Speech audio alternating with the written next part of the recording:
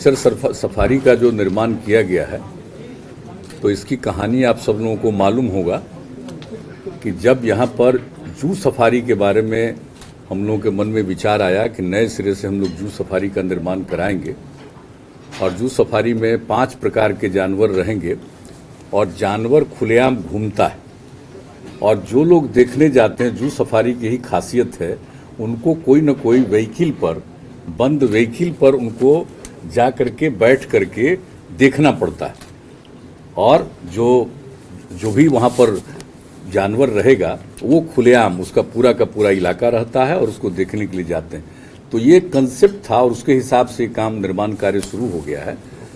तो जब इसका शिलान्यास हो गया और उसको फिर देखने के लिए हम आए, जब सब कुछ देखा उसके बाद मेरे मन में ये विचार आया कि साहब जब ये बन रहा है जू सफारी, लेकिन ये बहुत ही नेचुरल जगह है और आप जानते हैं राजगीर के बारे में कि पंच पहाड़ी का है और इसी के बीच में कभी पहले जो ये हुआ करता था मगध की राजधानी, आज से नहीं हजारों साल पहले, तो उस समय का जो एक कंसेप्ट था और धीरे धीरे बाद में जब आग लगते गई तो सब मकान को शिफ्ट किया, वो एक अलग बात है। लेकिन मेरे मन में ये बात आई कि जब इतना ये ऐतिहासिक जगह है और इतना ये नेचुरल है, प्राकृतिक जगह है, तो निश्चित रूप से हम लोगों को एक नेचर सफारी भी बनाना चाहिए।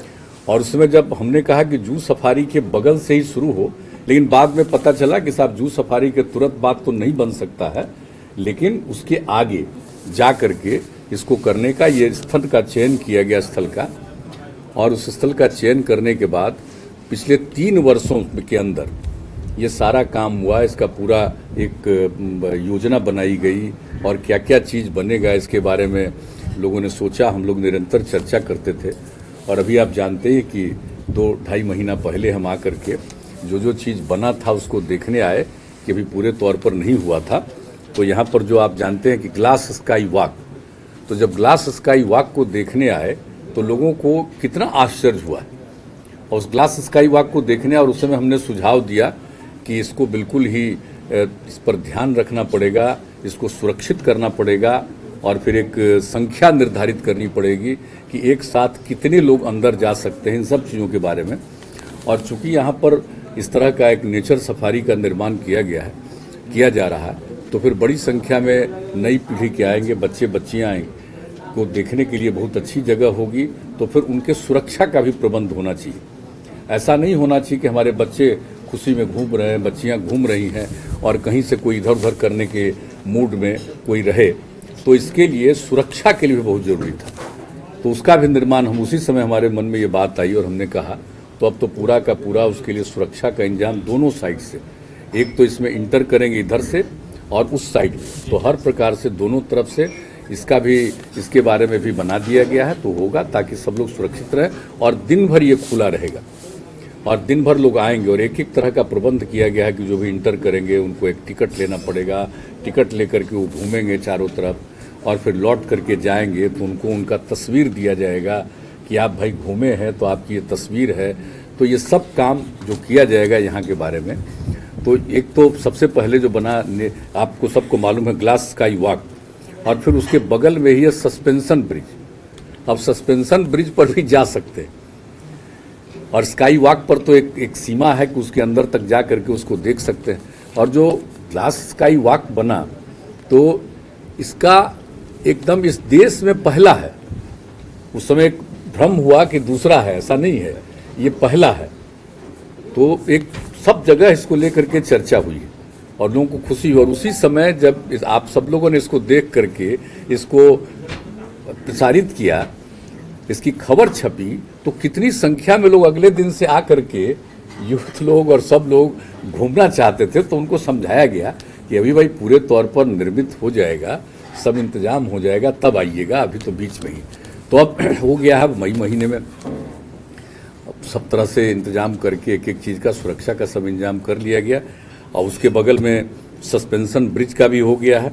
और फिर जिप लाइन, आप सब जानते हैं कि एक छोर से दूसरे छोर तक और लौट आएंगे, जिसको कि दिख रहे हैं, यहीं पर से दिख रहा है, एक तरफ से जाएगा, दूसरे तरफ से आएगा, वहाँ से जाएगा, इधर आ जाएगा।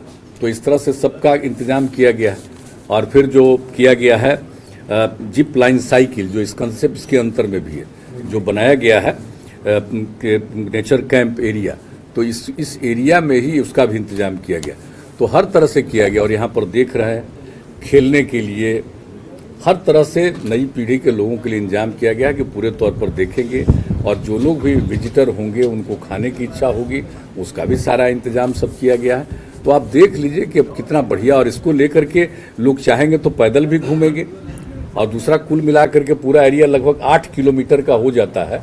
तो अगर कोई पैदल चलना चाहेगा तो पैदल भी चल सकेगा, नहीं तो उनके लिए साइकिल का भी प्रबंध किया जाएगा, वो साइकिल पर भी चारों तरफ घूम सकते हैं। तो बहुत अच्छे ढंग से बन गया है।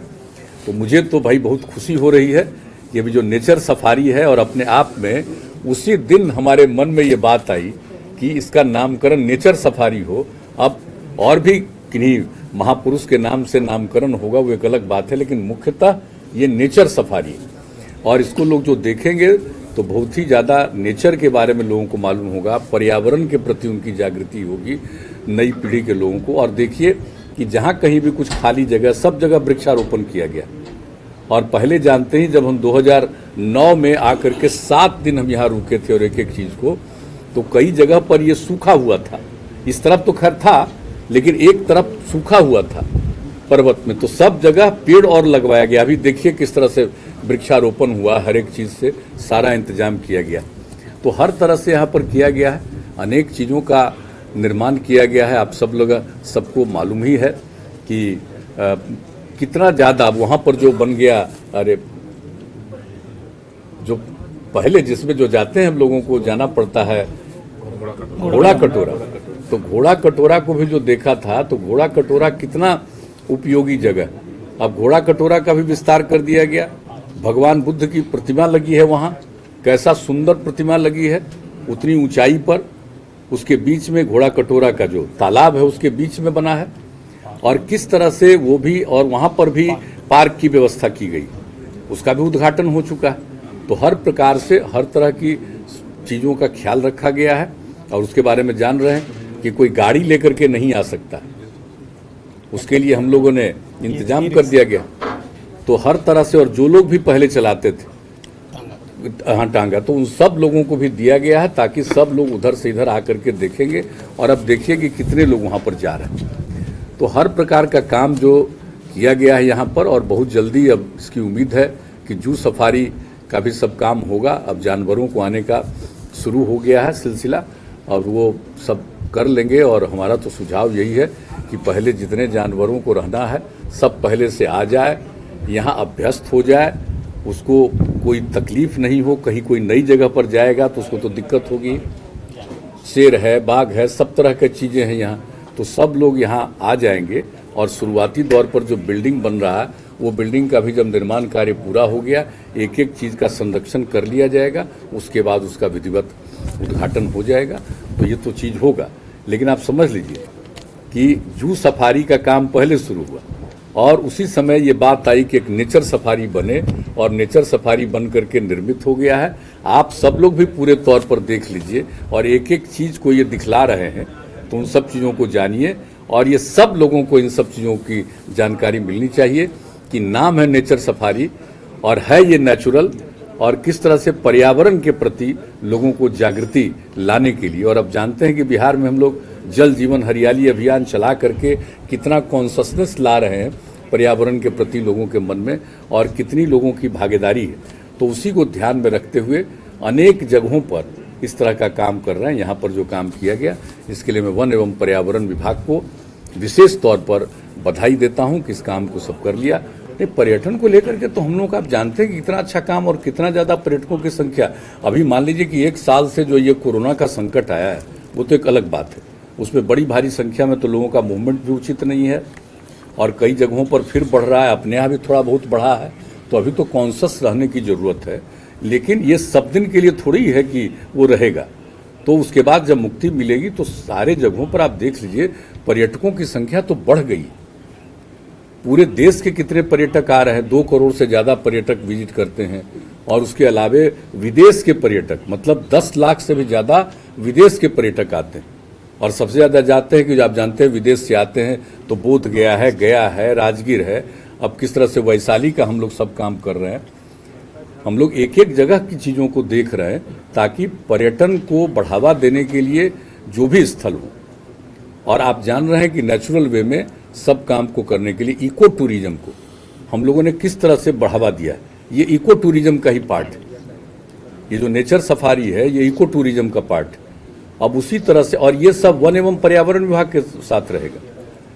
जो इको टूरिज्म है वो हम लोगों ने पहले से तय कर दिया है कि वो दूसरे विभाग से नहीं, चूंकि इको टूरिज्म है ये काम वन एवं पर्यावरण विभाग को ही करना पड़ेगा। और वन एवं पर्यावरण विभाग अपने अधीन एक इस तरह का विंग बना रहे हैं ताकि वो हर जगह करे। आप जानते हैं कि जो भी काम वहाँ किया गया है वाल्मीकि नगर का, किस तरह से शुरुआत वहाँ से हम लोगों ने किया है। अब जा करके उसको भी देखिए। अनेक जगहों पर इस तरह से इको टूरिज्म को हम लोग बढ़ावा देंगे और यहाँ पर भी इको टूरिज्म को बढ़ावा दिया जा रहा है। पटना में भी इको टूरिज्म को बढ़ावा दिया जाएगा, गया, बोध गया में, वैशाली में, अनेक जगहों पर। और कितने इको टूरिज्म का है। अभी आप देख रहे हैं कि अभी हाल ही में 2 जगहों पर जो चीज़ें निकली हैं पुरानी चीज़ ऐतिहासिक, चाहे एक भागलपुर में और दूसरा एक बांका में, तो सब तरह की चीज़ों के बारे में पूरी की पूरी जानकारी मिल रही है और उसके बारे में हम लोग उसका भी विकास कर रहे हैं। तो आप देख लीजिए कि इसका इतिहास बहुत ही पौराणिक है। और जो बिहार पूरा का पूरा इलाका है उसका जो इतना बड़ा पुराना इतिहास है, पौराणिक इतिहास है, इतना सब कुछ है कि यहाँ पर पर्यावरण को बढ़ावा देने के लिए और लोगों को इसके प्रति सजग रखने के लिए हम लोग प्रयास करते हैं और ये सब काम होगा। तो अब तो आप देख रहे हैं कि यहाँ पर तो कई चीज़ें कर दी गई हैं। अब एक सिर्फ जू सफारी है, वो भी बहुत जल्दी कुछ महीने के अंदर पूरा हो जाएगा और हर तरह से होगा। और आज आप जान रहे हैं कि राजगीर का एक फ्लाईओवर का भी काम किया जाएगा। वो जो NH है, जो 4 लेन सब कुछ हो रहा है, तो उसके फ्लाईओवर के लिए भी आज ही पथ निर्माण हमने पहले ही से सुझाव दिया था।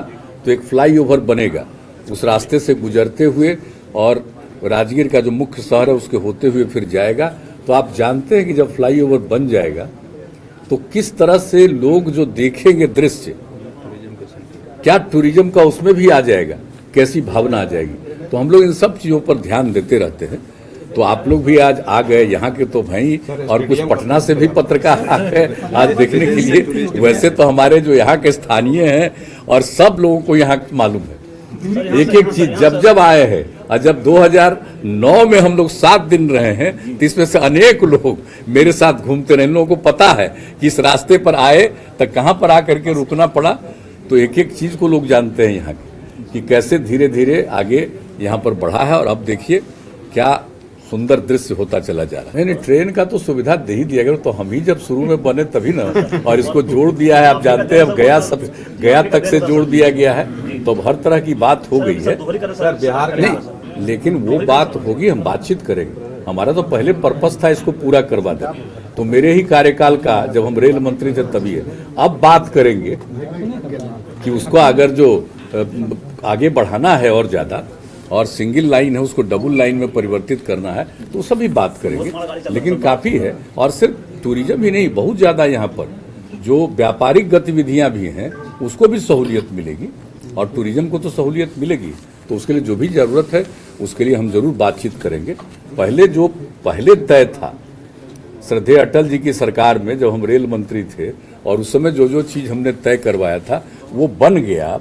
और वो बन गया तो उसका और एक्सपेंशन की जरूरत है तो वो भी करेंगे, उसमें कोई बात नहीं, उसके लिए करेंगे। अच्छा अनुभव है, लेकिन ज्यादा हम लोगों का कोशिश है कि इन जगहों पर नई पीढ़ी के लोग ज्यादा जाएं।